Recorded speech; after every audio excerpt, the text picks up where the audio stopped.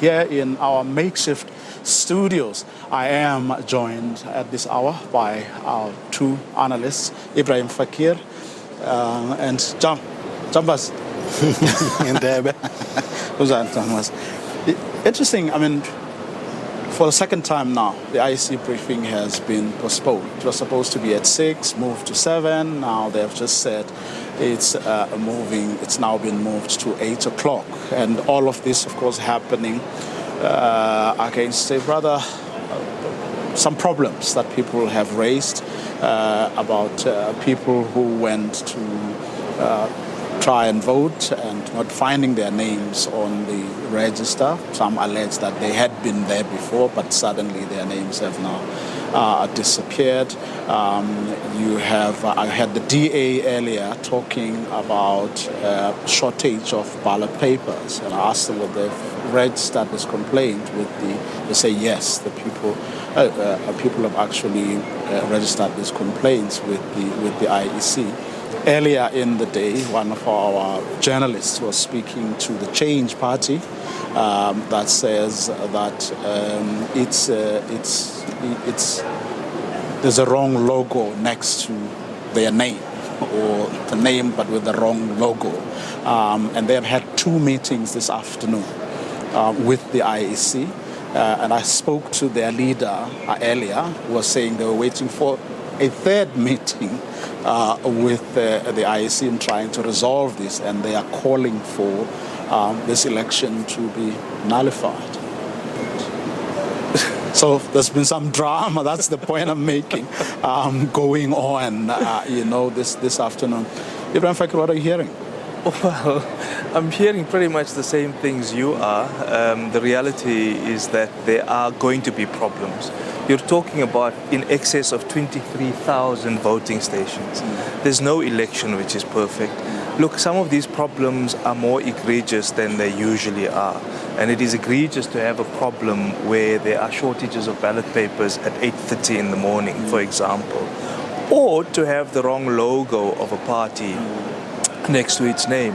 The problem, though, for me, is that surely the ballot papers, a sample ballot paper, is subjected to the political and the party liaison committee on which this party ought to have sat. And if they weren't there, well, then that's their own problem. I mean, parties... It reminds me of that Action SA case, actually, where they wanted to hold the IEC responsible for what was essentially, their mistake.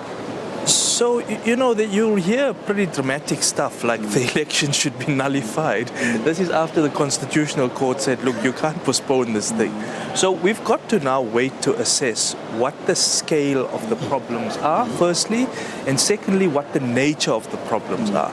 If they can be resolved and they are resolvable, and they are resolvable because the multi-party liaison committees plus the conflict management panels usually come up with some kind of compromise or agreement, and parties generally accept this.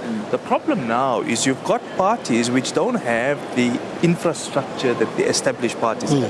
You've now got new emergent parties, bid players, ratepayer associations doubling as parties, social movements, individual ward candidates contesting as independents.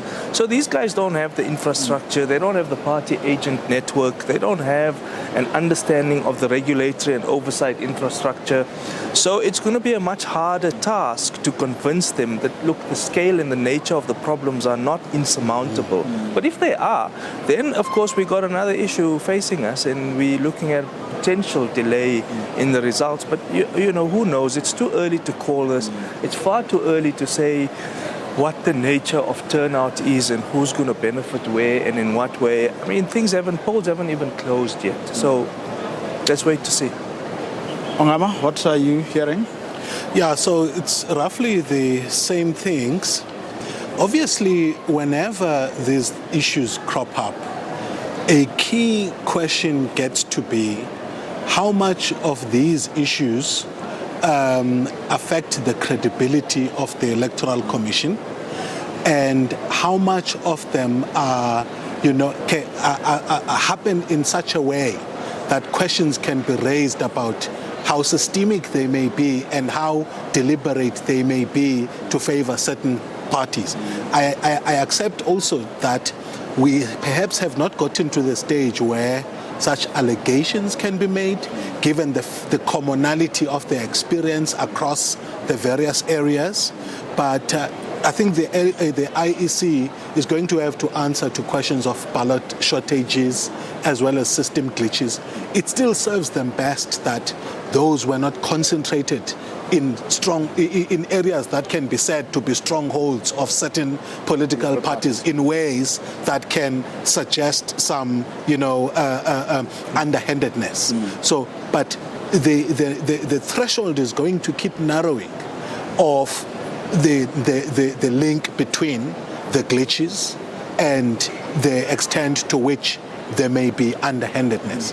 And the swifter the response of the electoral body to these issues, the more it's going to drive a message that there are indeed significant experiences that should be noted, but have not risen to the extent of being systemic and, affecting the credibility of the electoral body. What everyone is complaining about, speaking to the political parties on the floor a little earlier, is that everyone saying we're probably looking at the lowest turnout we have ever seen, and everyone down there, Jesse Duarte from the ANC, Asoli from the DA, are worried that this is going to negatively affect. Why are they surprised?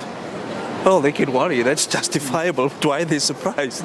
The indications were there all along. Political parties enjoy a level of trusted confidence below a quarter of the population generally. So below 25% of people have complete or a lot of trust and confidence in political parties. The ruling governing party does slightly better at about 26-27%. But it's not marginal, it's not much, it's marginal.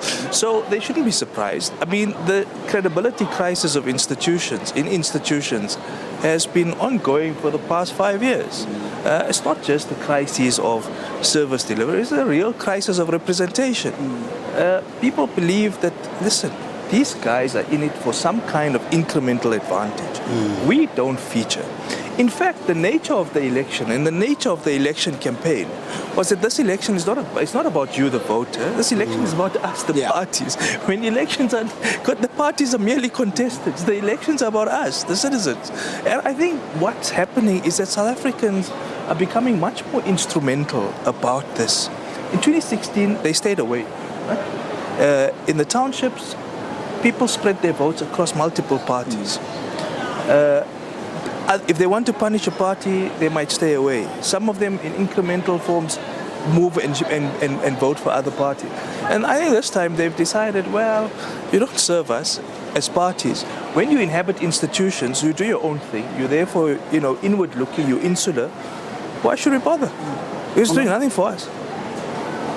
Yeah, it's an interesting one. So the question I've had throughout the campaigning was the flavor that was going to be brought about by the new kids on the block as far as the trend of withdrawal of trust, as Ebrahim says, on the existing guys. Now, the danger here is that it appears, as Ebrahim is saying, that the crisis is of institutions themselves and of the political institutions particularly. Now, if that is the case, then you are dealing with a broader systemic issue. And what I was watching, though, was to what extent would the new political parties, whether they are city-based or national, were going to appeal to those voters that were busy withdrawing their participation. But also, one of the things we also have to factor in is that people have tended to withdraw from invited spaces, from the spaces where they are, the rituals of democracy. They are being invited to participate on rituals of democracy and choosing platforms where they feel that their agency has got a direct consequence in terms of what is it that they want from the political economic system. Incidentally, all of these independents and other parties which have sprung up, the small ratepayers associations, but especially independent, they arise out of the credibility crisis in political parties. So the parties are not serving us, they're unresponsive, let's try our luck outside. Sometimes it's factional and fractional battles inside the party, right? So the guy is not high up enough on a PR list because he's not electable, or he's not chosen as the ward candidate. So he either sparks a protest or he decides, no, let me go and contest as an independent. And so they're also emerging out of this credibility crisis, and if they suddenly thought their appeal would be much greater because they're outside the party, well, they've seen something else coming.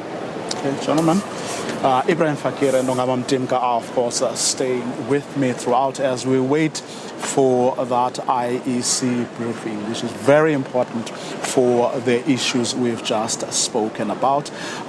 It'll be interesting to hear what the IEC's responses are going to be.